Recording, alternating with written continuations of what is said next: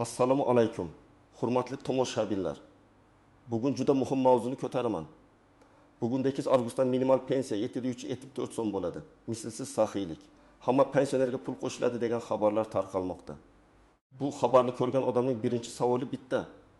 Bu rostmi, menga ham tegishlimi? Pensiyam oshadimi yoki kimdir yana odamlarni chalg'ityaptimi? Men bu masalani oddiy tilda hujjat, amaliyot va real hayotdagi misollar bilan tushuntirib beraman.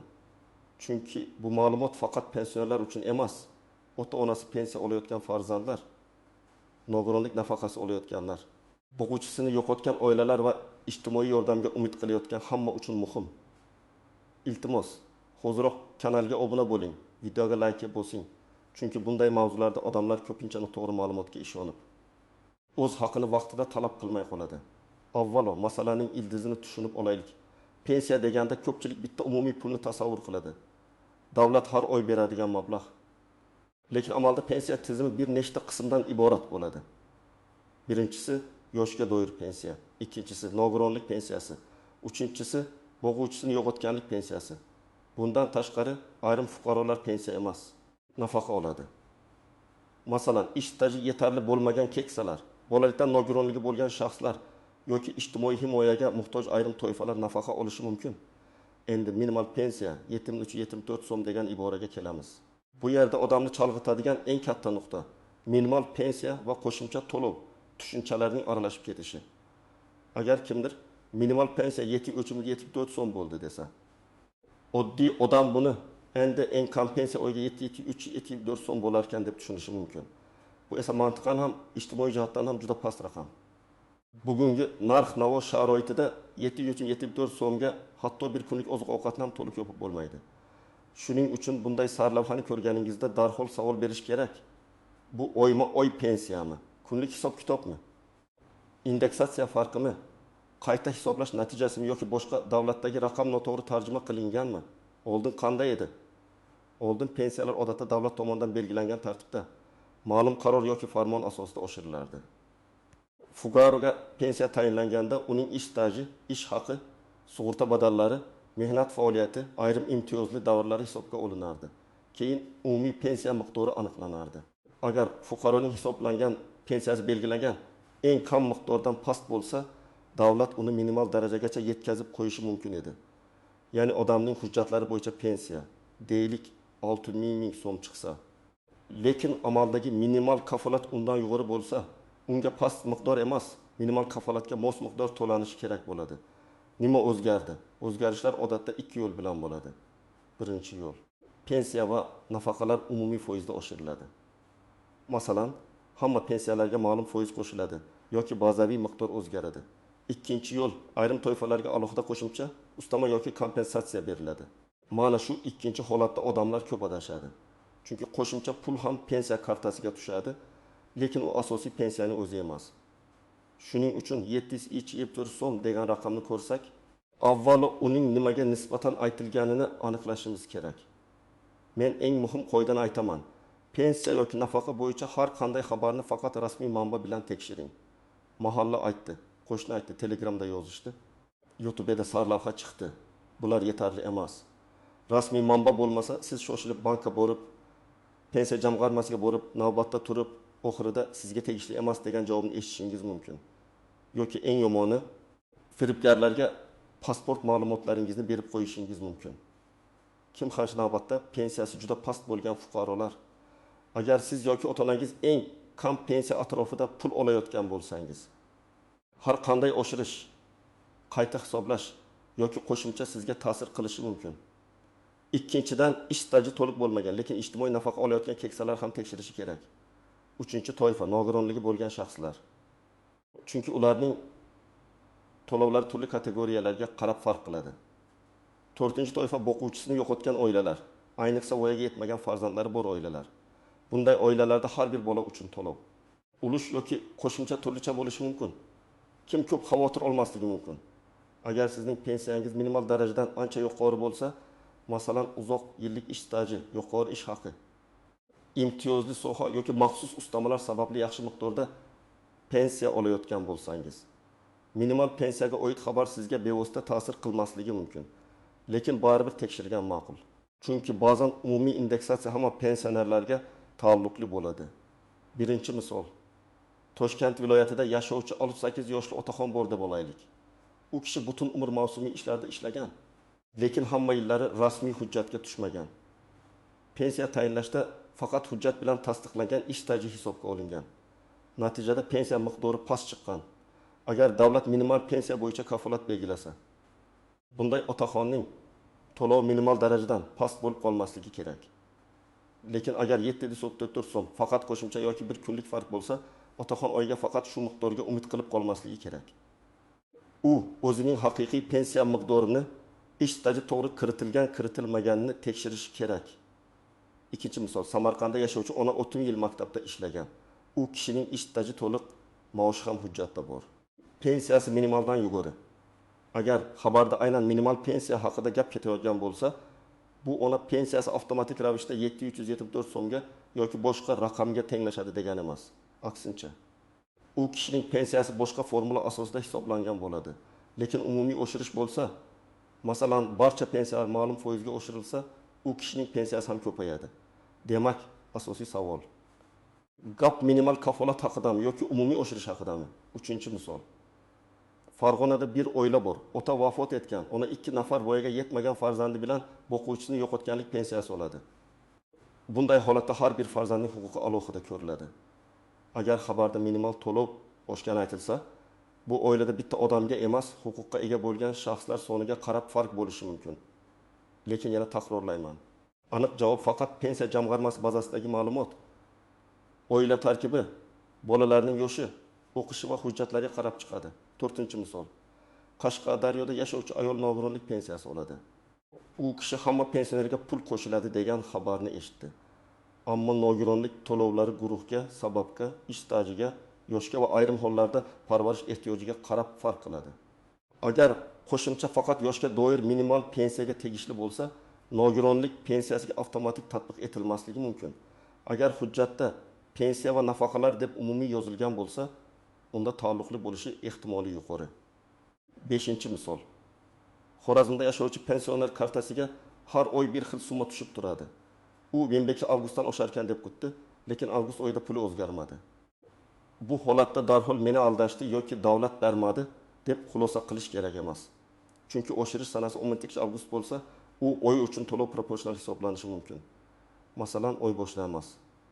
Aynan belgilangan kundan boshlab hisob-kitob qilinsa, birinchi oyda farq kichik bo'ladi, keyingi oyda to'liq aks etadi. Ba'zan esa bank kartasiga tushish sanasi bilan hisoblash sanasi boshqacha bo'ladi. Endi eng ko'p uchraydigan xatolarni aytaman.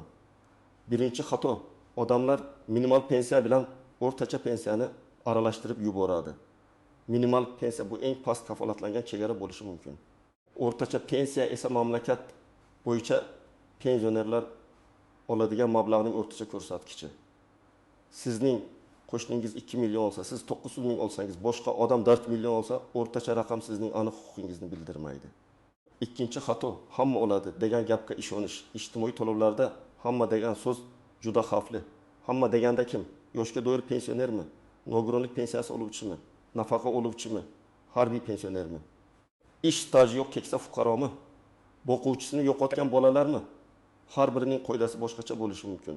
Uchinchi xato: sanani noto'g'ri tushunish. 10-avgustdan degani ba'zan hujjat kuchga kirgan sana bo'ladi. Ba'zan to'lovlar shu sanadan hisoblanadi, lekin keyingi oy kartaga tushadi. Ba'zan esa qaror e'lon qilingan sana boshqa, amalda to'lash sanasi boshqa. Shuning uchun siz faqat bitta sahifaga qarab emas, hujjat matniga qarab xulosa qiling. 4-xato: firibgarlarga ishonish. Hozir ko'p joylarda pensiyangiz oshishi uchun ariza to'ldirib beramiz. Karta raqamingizni yuboring, SMS kodini ayting. Pasportingizni tashlab bering deganlar chiqadi. Men qat'iy ogohlantiraman. Hech qachon bank kartangizning amal qilish muddati, orqa tarafidagi kod SMS tasdiqlash kodi, mobil banking parolini hech kimga bermang. Pensiya oshirilishi uchun rasmiy davlat organi sizdan Telegram orqali karta kodi so'ramaydi. 5-nozik shart: pensiya miqdori faqat yoshga bog'liq emas. Ko'pchilik men 6 yoshga kirdim, demak bir xil pensiya olishim kerak deb o'ylaydi. Aslida pensiya hisobida ish staji, ish haqi, hujjatlarning to'g'riligi, harbiy xizmat davri, dekret davri, bola parvarishi, imtiyozli ish sharoiti, zararli ishlab chiqarish. Mehnat daftarchasidagi yozuvlar, arxiv ma'lumotlari katta rol o'ynaydi. Birgina arxivdan topilgan 5 yillik ish staji odamning pensiyasini sezilarli oshirib yuborishi mumkin. 6-nozik jihat. Bank kartasiga tushgan summa har doim ham faqat pensiya emas.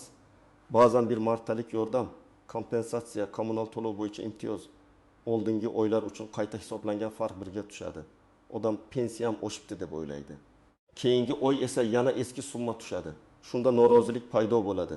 Shuning uchun har bir tushumni alohida aniqlash kerak. Bu asosiy pensiyami, qo'shimchami yoki bir martalik to'lovmi? 7-jihat, ro'yxatda turish masalasi. Ayrim ijtimoiy yordam va qo'shimchalar uchun yashash joyi, mahalla ma'lumotnomasi, oila tarkibi, daromad holati, nogironlik xulosasi yoki boshqa hujjatlar muhim bo'ladi. Agar sizning ma'lumotlaringiz bazada eskirgan bo'lsa, masalan, manzil o'zgargan, familiya almashgan, pasport yangilangan, nogironlik muddati uzaytirilgan, lekin bazaga kiritilmagan bo'lsa, to'lov kechikishi mumkin. 8-jihat 774 so'm kabi juda kichik raqamlar ko'pincha kunlik. Proporsional yoki farq summasi bo'lishi mumkin. Masalan, oy oxirida kuchga kirgan o'zgarish bo'yicha bir necha kunlik qo'shimcha hisoblanadi. Odam esa uni butun oylik pensiya deb tushunadi. Agar bo'lg'insi tekish avgustdan kuchga kirsa, avgust oyida bo'g'insi sanadan 31 sanagacha bo'lgan davr uchun alohida hisob chiqishi mumkin. Bu faqat misol, lekin prinsipni tushunishingiz kerak. Sana va davr hisob kitobda hal qiluvchi rol o'ynaydi. Birinchi qadam, xabar manbasini tekshiring. Agar bugun avgustdan minimal pensiya 700-374 so'm degan xabarni ko'rsangiz, avvalo rasmiy hujjat bormi, qaror raqami bormi, qaysi organ e'lon qilgan, qaysi davlatga tegishli shuni aniqlang. O'zbekiston bo'yicha bo'lsa, pensiya jamg'armasi, davlat xizmatlari portali, Adliya vazirligi huquqiy axborot manbalari, prezident yoki hukumat qarorlari e'lon qilingan rasmiy saytlarga qarang. Ikkinchi qadam, o'zingizning to'lov turini aniqlang. Siz yoshga doir pensiya olasizmi? Nogironlik pensiyasimi? Bo'g'uvchisini yo'qotganlik pensiyasimi yoki ijtimoiy nafaqami? Buni aniq bilmasangiz, bankka emas. Avvalo pensiya jamg'armasi bo'limiga yoki davlat xizmatlari markaziga murojaat qiling. Chunki bank faqat pulni o'tkazadi, hisob-kitobni bank qilmaydi. 3-qadam, hujjatlaringizni tayyorlang. Odatda kerak bo'lishi mumkin bo'lgan hujjatlar. Pasport yoki ID karta, pensiya guvohnomasi yoki pensiya tayinlangani tasdiqlovchi ma'lumot, mehnat daftarchasi, arxiv ma'lumotnomalari, ish haqi to'g'risidagi ma'lumotlar. Harbiy xizmatga oid hujjatlar, nogironlik bo'yicha tibbiy mehnat ekspert komissiyasi xulosasi, boquvchisini yo'qotganlik holatda o'lim guvohnomasi, nikoh guvohnomasi, bolalarning tug'ilganlik guvohnomasi, o'qish joyidan ma'lumotnoma. Har bir holatda ro'yxat farq qiladi, lekin asosiy hujjatlar shular.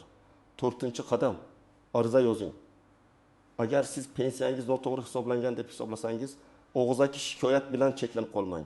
Yozma ariza bering.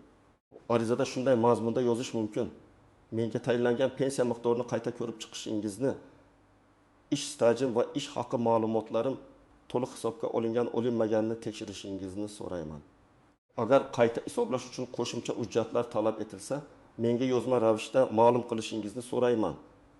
Albatta ism, familiya, manzil, telefon, pasport ma'lumotlari va sana yoziladi. 5-qadam, arizani ro'yxatdan o'tkazing. Juda muhim. Ariza topshirdingizmi? Uning kirim raqamini oling. Agar elektron yuborsangiz, tasdiqlovchi xabarni saqlab qo'ying. Agar qog'ozda topshirsangiz, nusxasiga qabul qilingan sana va raqam qo'ydiring. Keyin javob muddati o'tib ketsa, sizda dalil bo'ladi. 6-qadam, tushgan pullarni nazorat qiling. Har oy kartangizga qancha pul tushganini yozib boring. Masalan, iyulda qancha tushdi, avgustda qancha tushdi. Agar bir oyda ko'proq tushsa, bu nima uchunligini aniqlang. Mobil ilovadan chekni saqlang yoki bankdan ko'chirma oling. Bu keyinchalik bahsli holatda yordam beradi. 7-qadam, agar javobdan norozi bo'lsangiz, yuqori turuvchi organga murojaat qiling. Avval tuman yoki shahar bo'limi, keyin viloyat darajasi, zarur bo'lsa respublika darajasidagi mas'ul organlarga yozing. Shuningdek, davlat xizmatlari portali yoki ishonch telefonlari orqali murojaat qilish mumkin. Lekin har doim dalil bilan murojaat qiling. Menga kam tushdi deyishning o'zi yetarli emas. Qaysi oy, qancha, nima asosda, qaysi hujjat hisobga olinmagan, shuni ko'rsating. 8-qadam, oilangizdagi keksalarga yordam bering. Ko'p otaxon, onaxonlar telefon ishlatishni, rasmiy saytga kirishni, ariza yozishni bilmasligi mumkin. Farzandlar, nabiralar, qo'shnilar ularga yordam bering. Lekin yordam berayotganda ham ehtiyot bo'ling. Ularning SMS kodlarini begonalarga bermang. Kartasini noma'lum odamlarga tutqazmang. 9-qadam mehnat stajini oldindan tartibga keltiring. Hali pensiyaga chiqmaganlar uchun ham bu mavzu juda muhim. Bugun hujjatingizni to'g'rilamasangiz, ertaga pensiya tayinlanayotganda qiynalasiz. Mehnat daftarchasidagi yozuvlar aniqmi? Ish joyi nomi to'g'ri yozilganmi? Muhr bormi? Arxivda ma'lumot saqlanganmi? Bularni oldindan tekshiring. Ayniqsa korxona yopilgan bo'lsa, arxiv izlashga vaqt ketadi. 10-qadam har bir katta sarlavhani tanqidiy qabul qiling. Mislsiz saxiylik, hamma pul oladi. Bugun ariza bermasangiz kech qoladi. Faqat 10-avgustgacha kabi gaplar odatda odamni shoshirish uchun ishlatiladi. Davlat to'lovlarida tartib, muddat va hujjat bo'ladi. Haqiqiy huquqingiz bo'lsa, uni qonuniy yo'l bilan talab qilasiz. Shoshilish, qo'rqish va begonalarga ma'lumot berish kerak emas. Yana bir muhim masala, pensiya oshsa, bu narxlar oshishiga qanday ta'sir qiladi? Ko'pchilik pensiya oshdi, lekin bozorda narx ham oshdi deydi. Bu haqiqatga yaqin holat. Ijtimoiy to'lovlar ko'payishi odamning xarid qobiliyatini himoya qilish uchun qilinadi. Lekin agar narx-navo tez o'ssa, qo'shimcha pulning ta'siri kamayib qoladi. Shuning uchun pensionerlar uchun nafaqat pensiya miqdori, balki dori-darmon, kommunal to'lov, oziq-ovqat, transport xarajatlari ham muhim. Agar siz ota-onangiz pensiyasini tahlil qilmoqchi bo'lsangiz, faqat tushgan summaga qaramang. Ularning har oy dori uchun qancha, oziq-ovqat uchun qancha, kommunal to'lovga qancha sarflashini ham yozib chiqing. Shunda haqiqiy ehtiyoj ko'rinadi. Agar siz minimal pensiya olsangiz, yana nimalarni tekshirishingiz kerak? Birinchidan, ish stajingiz to'liq kiritilganmi? Ikkinchidan, ish haqi bo'yicha eng qulay davr hisobga olinganmi? Uchinchidan, imtiyozli davrlaringiz bor yo'qligi tekshirilganmi? To'rtinchidan, oilaviy holatingiz qo'shimcha yordamga asos bo'ladimi? Beshinchidan, nogironlik, parvarish yoki yolg'iz yashash holati bo'yicha boshqa ijtimoiy yordam olish imkoniyati bormi? Ko'pincha odam faqat pensiya bilan cheklanadi, lekin boshqa turdagi yordamga ham haqli bo'lishi mumkin. Men yana bir oddiy misol keltiraman. Bir buvi 8 ming so'm pensiya olayotgan bo'lsin. U kishi har oy 300 ming so'm doriga, 200 ming so'm kommunal to'lovga, 2 ming so'm oziq-ovqatga sarflaydi. Qo'lida deyarli pul qolmaydi.